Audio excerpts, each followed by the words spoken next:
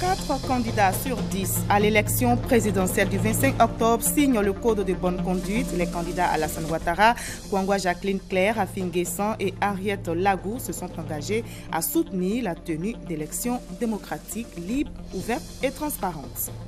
Dans l'actualité également, ce mercredi, la rentrée solennelle de la deuxième session ordinaire de l'Assemblée nationale de Côte d'Ivoire, une session dite budgétaire. La cérémonie a été marquée par deux discours, dont celui du président du Parlement ivoirien.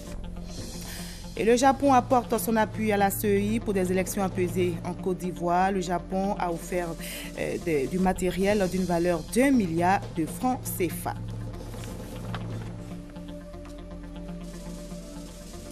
Elle a timidement commencé en Guinée le 10 septembre dernier. La campagne électorale pour la présidentielle s'accélère à quelques jours du scrutin qui se tiendra le 11 octobre prochain. 8 candidats sont en lice.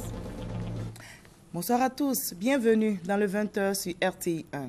4 candidats sur 10 à l'élection présidentielle du 25 octobre ont signé le code de bonne conduite. Il s'agit des candidats Alassane Ouattara, Kouangwa Jacqueline Claire, Afi Nguessan et Henriette Lagou. Ils se sont engagés à soutenir la tenue d'élections démocratiques, libres, ouvertes et transparentes. L'initiative est de l'Institut national démocratique NDI, le reportage de Viviane Aimé. Nous adhérons au principe de la non-violence et condamnons fermement la violence sous toutes ses formes, y compris l'intimidation, le vandalisme, les voies de fait et le désordre public.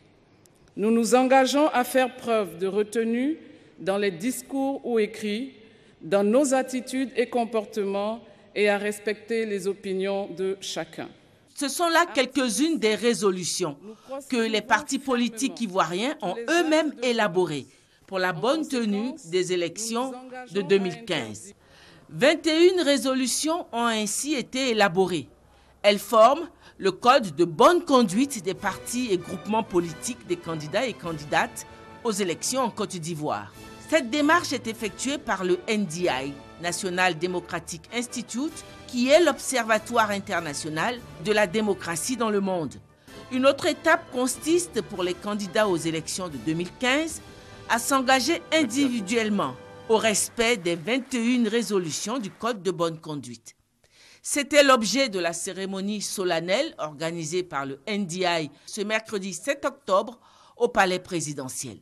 Cérémonie qui a réuni plusieurs organisations internationales avec en tête l'ONUCI. Seuls 4 candidats sur les 10 candidats à l'élection présidentielle étaient présents. Le président Alassane Ouattara, le président Afin Guessan du FPI, la présidente Lagou Adjoua Henriette du RPC, la candidate indépendante Kouangwa Jacqueline Claire. Le représentant du NDI, Christopher Fomunio, les a invités à prendre l'engagement solennel de respecter les clauses du Code de bonne conduite.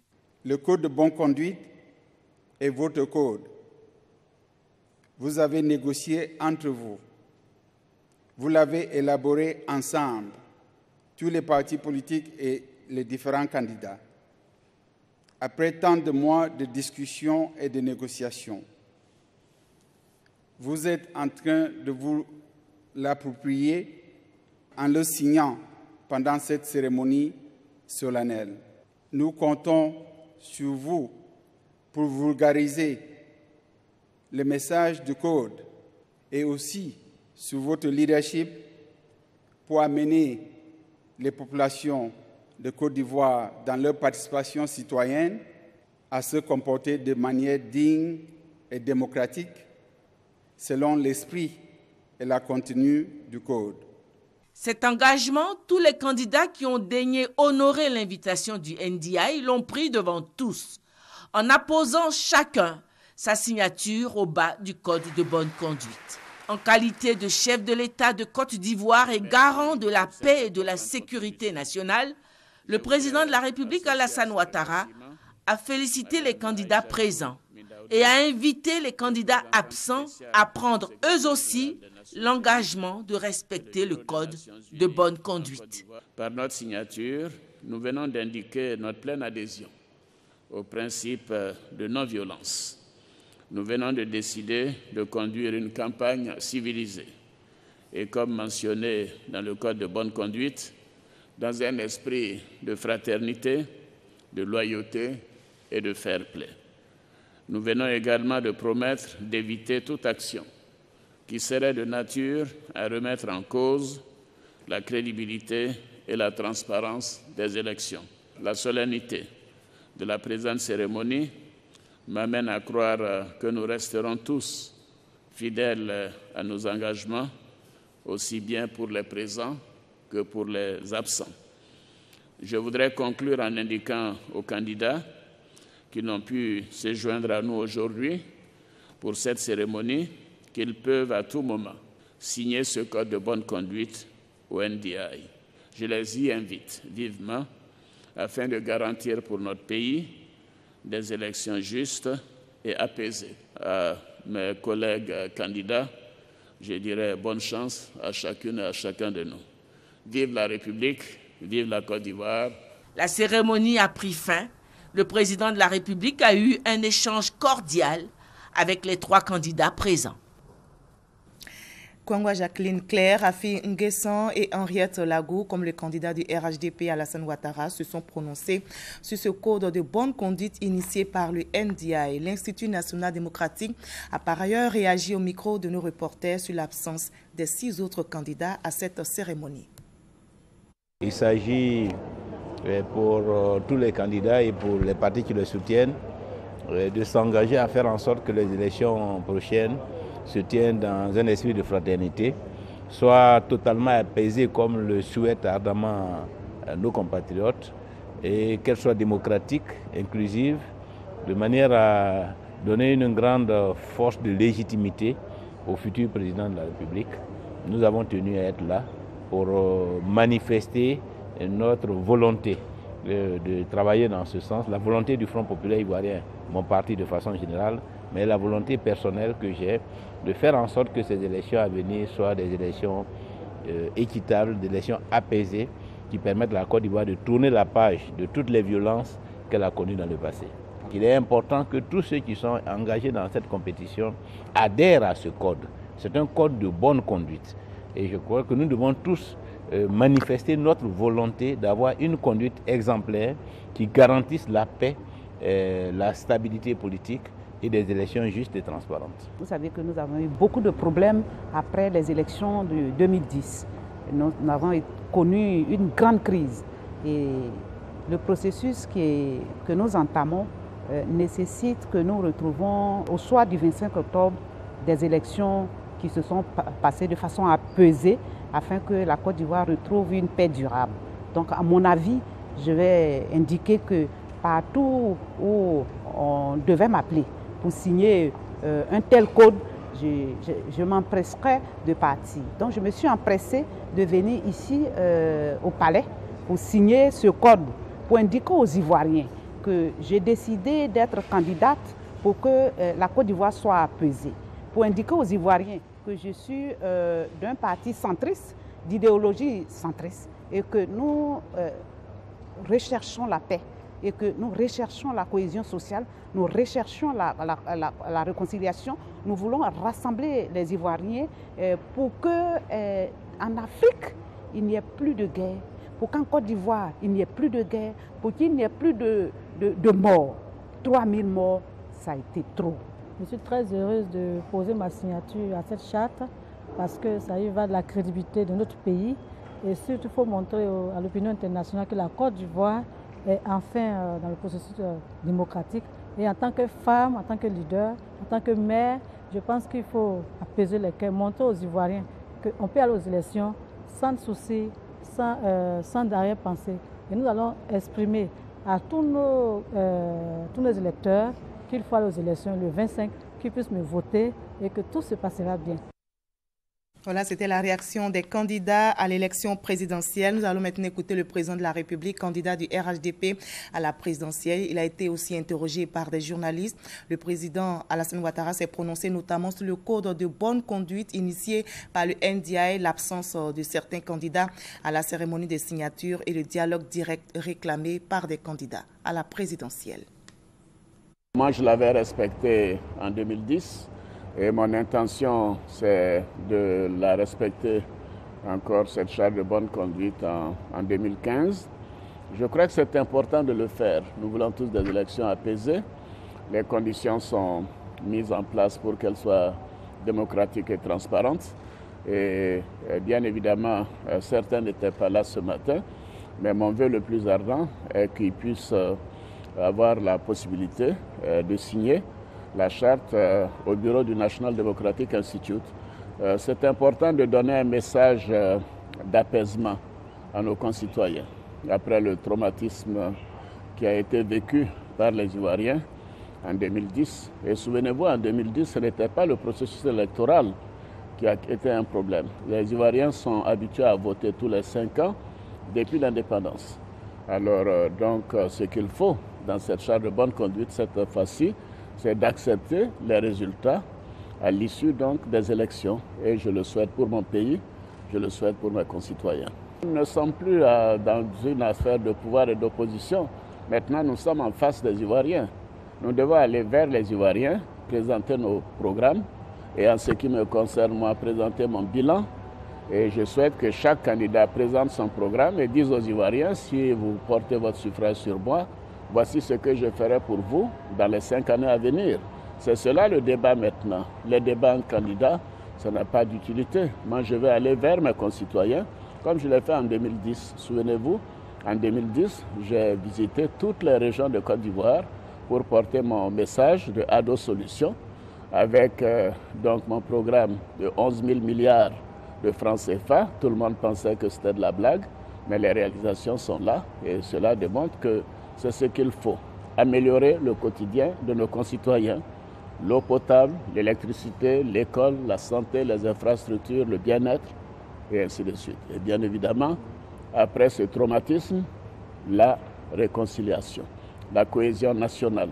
Et chaque candidat doit prendre l'engagement, conformément au code de bonne conduite, de renforcer la cohésion nationale et de ne pas continuer à remuer les vieux démons qui ont créé tant de problèmes à notre beau pays.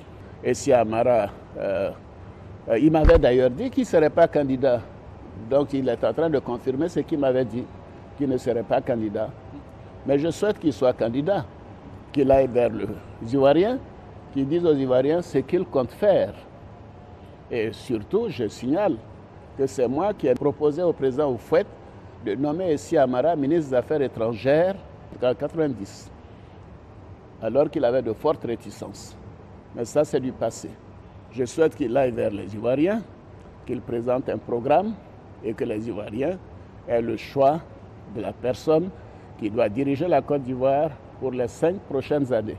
Ce qui m'intéresse, c'est la paix, la sécurité des Ivoiriens et le bien-être des Ivoiriens. Voilà, c'était l'intervention du candidat du RHDP à la présidentielle, Alassane Ouattara. Dans l'actualité également, ce mercredi, la rentrée solennelle de la 2e session ordinaire de l'Assemblée nationale de Côte d'Ivoire, une session dite budgétaire.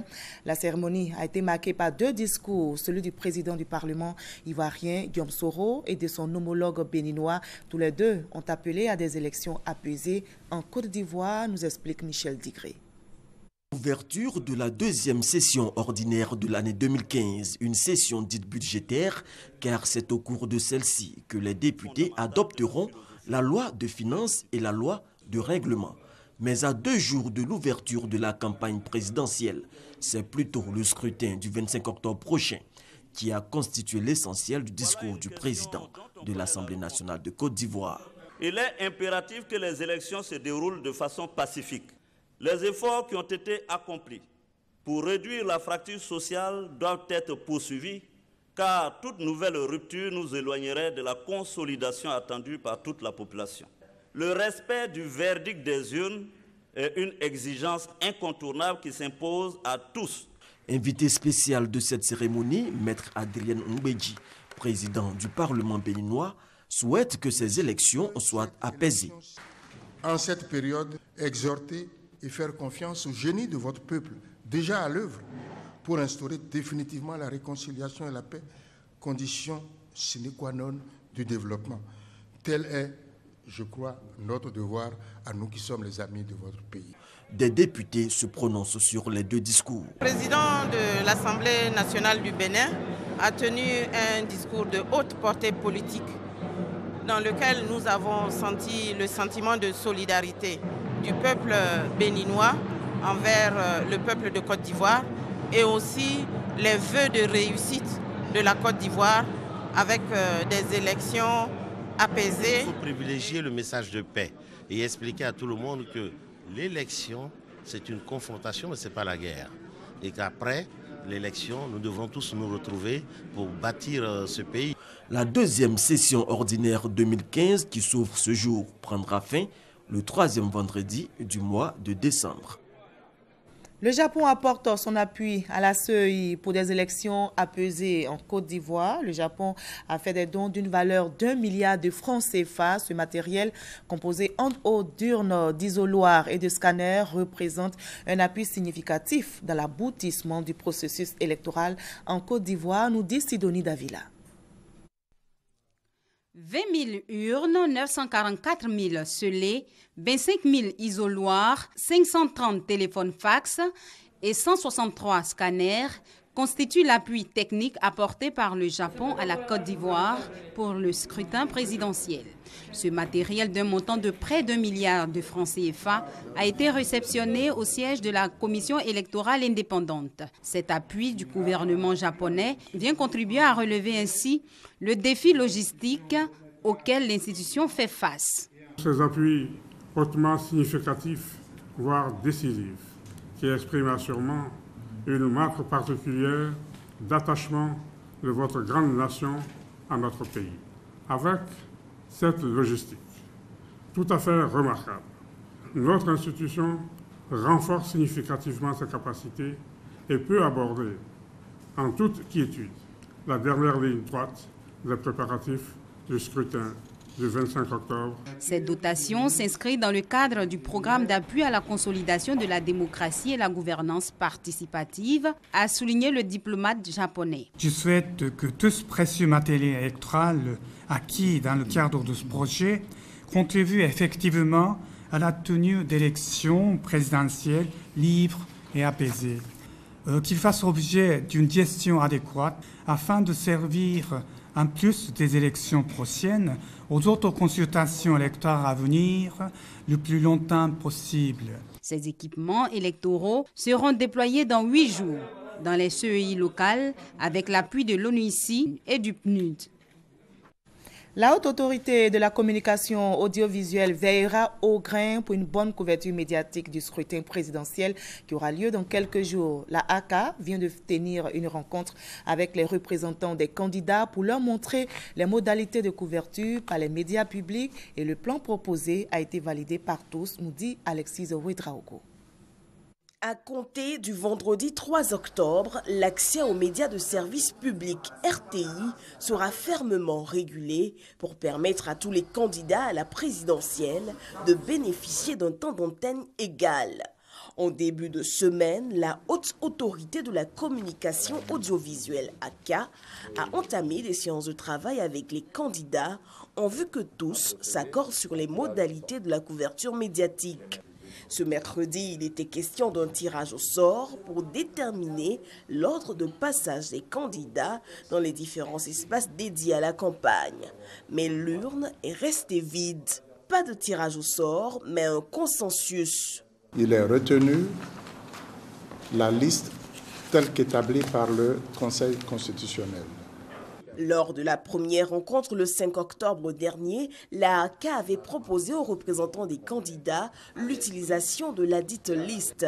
Plusieurs oppositions avaient été faites au profit d'un tirage au sort. Ce retour à la proposition initiale, après de longues heures de discussion, a rassuré les représentants des candidats. 3 heures de discussion laborieuse Je pense qu'on est heureux que tout soit rentré dans l'ordre, tout soit bien achevé. On est tous parvenus à un accord consensuel accepté par tous et on peut dire que les débats peuvent commencer. Nous sommes convaincus des décisions qui ont été prises par la ACA et d'ailleurs nous les saluons puisqu'il y a un esprit de fraternité, de courtoisie. Plusieurs concessions ont été faites par la ACA pour ce consensus. L'émission face aux électeurs qui doit permettre aux candidats de présenter leur programme de gouvernement passe de 90 minutes à 120 minutes. Elle sera pilotée par un présentateur et 2 journalistes, dont un choisi par le candidat. Les désaccords institutionnels, les divergences de points de vue, même les débats souvent assez rudes, on ne doit jamais les convertir, j'aurais dit, en querelle individuelle. Parce qu'à la fin des fins, il y a toujours des possibilités. Après plusieurs rendez-vous manqués avec les téléspectateurs et les candidats sur la pré-campagne, la RTI entend œuvrer au succès de cette campagne électorale. Nous avons eu un rendez-vous manqué avec les téléspectateurs puisque nous avions souhaité organiser une série de débats pendant la période préélectorale. Nous n'avons pas réussi, malgré de nombreuses concessions sur le format, de nombreuses concessions sur les thèmes à nous entendre. C'est un rendez-vous manqué, mais ce qui est important, c'est qu'aujourd'hui, la phase la plus importante, qui est la phase de la campagne, tous les points ont été évoqués. Sur tous les points, nous avons un accord de l'ensemble des candidats qui ont souhaité participer. Donc moi, je me réjouis parce que vraiment, nous nous inscrivons dans une logique d'une élection apaisée et nous comptons jouer notre rôle de média de service public. Le président de la ACA n'a pas manqué d'insister sur la nécessité de veiller à la sécurité des journalistes déployés sur le terrain. Les candidats, eux, ont été invités à déposer leur prêt à diffuser au plus tard 24 heures avant l'heure de passage. Mais à titre exceptionnel, pour ceux passant ce vendredi, ils pourront déposer leurs documents ce même vendredi avant 10 heures. Ibrahim Sissavané a pour finir souhaité bonne chance à tous les candidats. Et les actions de sensibilisation pour des élections sans violence s'intensifient en Côte d'Ivoire.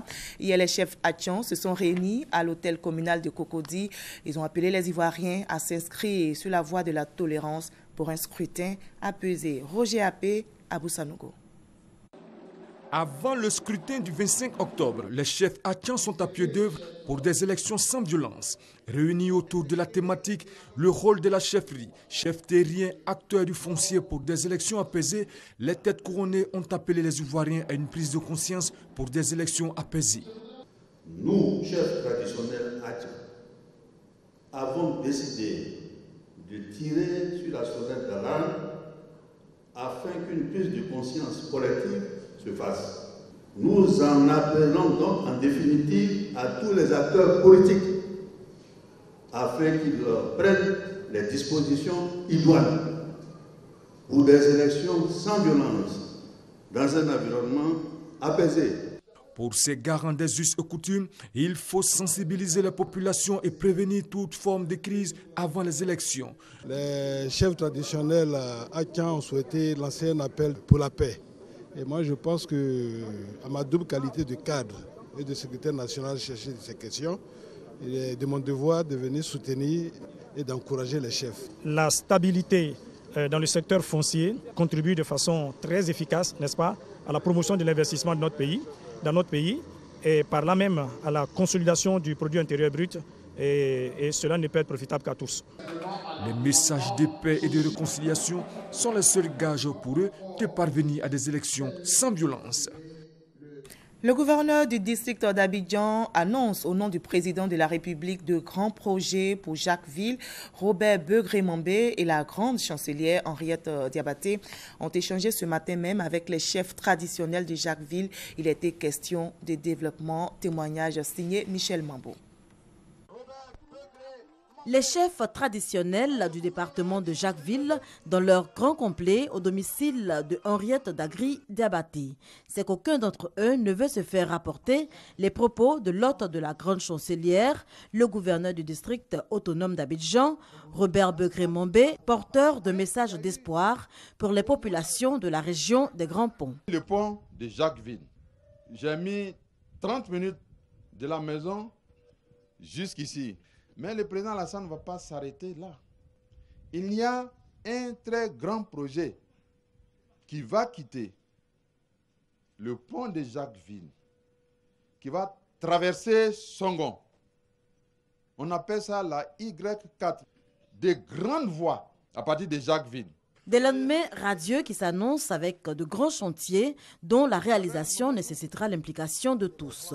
Union, travail, les maîtres mots du discours du gouverneur Begré Mambé et la grande chancelière d'en appeler à la responsabilité des têtes couronnées de la région. Message bien perçu. Je crois que c'est un message fort et nous avons saisi ce message-là. Et surtout que nous avons nous-mêmes commencé à travailler à cela. Il n'y a pas de raison que nous ne soyons pas dans le tempo. Cette rencontre s'inscrit dans le cadre d'une tournée du gouverneur du district d'Abidjan, par ailleurs directeur de campagne adjoint du candidat Alassane Ouattara en charge des communes du district autonome d'Abidjan. La région du Denguélé rend hommage au président de la République pour ses actions de développement. Les populations ont organisé une marche pour exprimer cette reconnaissance. La procession s'est achevée par un meeting au stade d'Odiéné. Sidonie Davila. Ce sont des milliers de personnes qui ont pris d'assaut les rues de la ville d'Odiéné. Venues de toutes les contrées de la région du Denguélé, ces populations rendent hommage au président de la République, Alassane Ouattara, à travers une marche pour ses actions de développement dans la région. Conduite par le ministre Gaoussou Touré, cette marche de soutien a été l'occasion pour le président du conseil régional du Kabadougou d'appeler ses frères et sœurs à la cohésion sociale. Pour lui, seule l'union permettra à leurs candidats de remporter les élections d'octobre prochain. Tous les différents responsables, comme emploi, vous disent que c'est dans l'union, la fraternité, la concorde que nous allons réaliser les 100%. Pour les populations de la région du Denguélé, le développement de la Côte d'Ivoire doit se poursuivre avec le président Alassane Ouattara. La vraie démocratie, c'est le combat des idées. Il faut convaincre, et c'est ce que nous sommes en train de faire. La vraie démocratie, c'est de séduire le peuple, c'est de changer le quotidien de ses concitoyens, comme le fait notre fils, le fils de Adjana Bintou Cissé. J'ai nommé leur descendant, président de la République de Côte d'Ivoire, Alassane Dramane Ouattara. Au cours de cette journée d'hommage, les populations de la région ont exposé sous l'arbre à palabres leurs différents litiges. Objectif, mettre fin au conflit qui les oppose depuis des années. Car pour eux, la victoire de leur candidat passe par la solidarité et la cohésion. La région de l'Indénié-du-Hablin fait le point de la visite d'État effectuée par le président de la République du 16 au 19 septembre dernier. Le bilan est positif, les retombées importantes. La région a bénéficié de nombreux projets de développement, nous explique Mamadou Kwasi. Un seul point à l'ordre du jour de cette rencontre du président du conseil régional de l'Indénié-du-Hablin avec la presse. Le bilan de la visite d'État effectuée par le président de la République Alassane Ouattara dans cette région du 17 au 19 septembre dernier. Un bilan jugé positif par Pascal Abinan Kwaku, vu la mobilisation remarquable des populations à toutes les étapes. Le président du conseil régional de l'Indénié-du-Hablin a traduit la reconnaissance des populations au chef de l'État Alassane Ouattara pour les nombreux chantiers de développement dont bénéficie leur région. Il y a le PAID, dont on ne parle pas beaucoup, mais c'est un projet de 20 milliards financé par la BAD que le président nous a offert. Ce qui nous a permis, depuis 2013, de désenclaver totalement toutes nos voies de desserte avec des bas-fonds pour mettre les jeunes à la culture du riz. Et pendant la visite, le président a annoncé de très bonnes nouvelles. Les doléances qui ont été faites, il a donné des réponses satisfaisantes. Mais tout ceci ne peut que nous conforter dans notre conviction que ce président-là est un développeur, comme on l'a dit, et moi j'ai ajouté que c'était désenclaveur. Au cours des échanges, il a également indiqué que cette mobilisation sera réitérée le dimanche 25 octobre prochain pour accorder un second mandat au président Alassane Ouattara, preuve de la reconnaissance des royaumes du Hablin et Indénié. Parlant des acquis de cette visite d'État, Pascal Abinan Kwaku a fait cas de l'appui de la première dame aux femmes de la région, de l'électrification de plusieurs villages écartés de la ville de la région, ainsi que la réfection de nombreuses routes. Ce mercredi, les partis membres de la CNC et les candidats issus de la coalition étaient à la place Figaro, c'est dans la commune de Yopougon, pour un meeting au cours duquel ils ont souhaité des élections apaisées. Le témoignage d'Amza Diaby.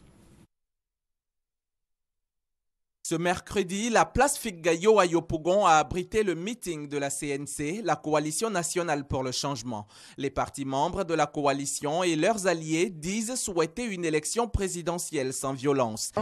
Nous souhaitons un processus électoral avec 0 mort, avant, pendant et après.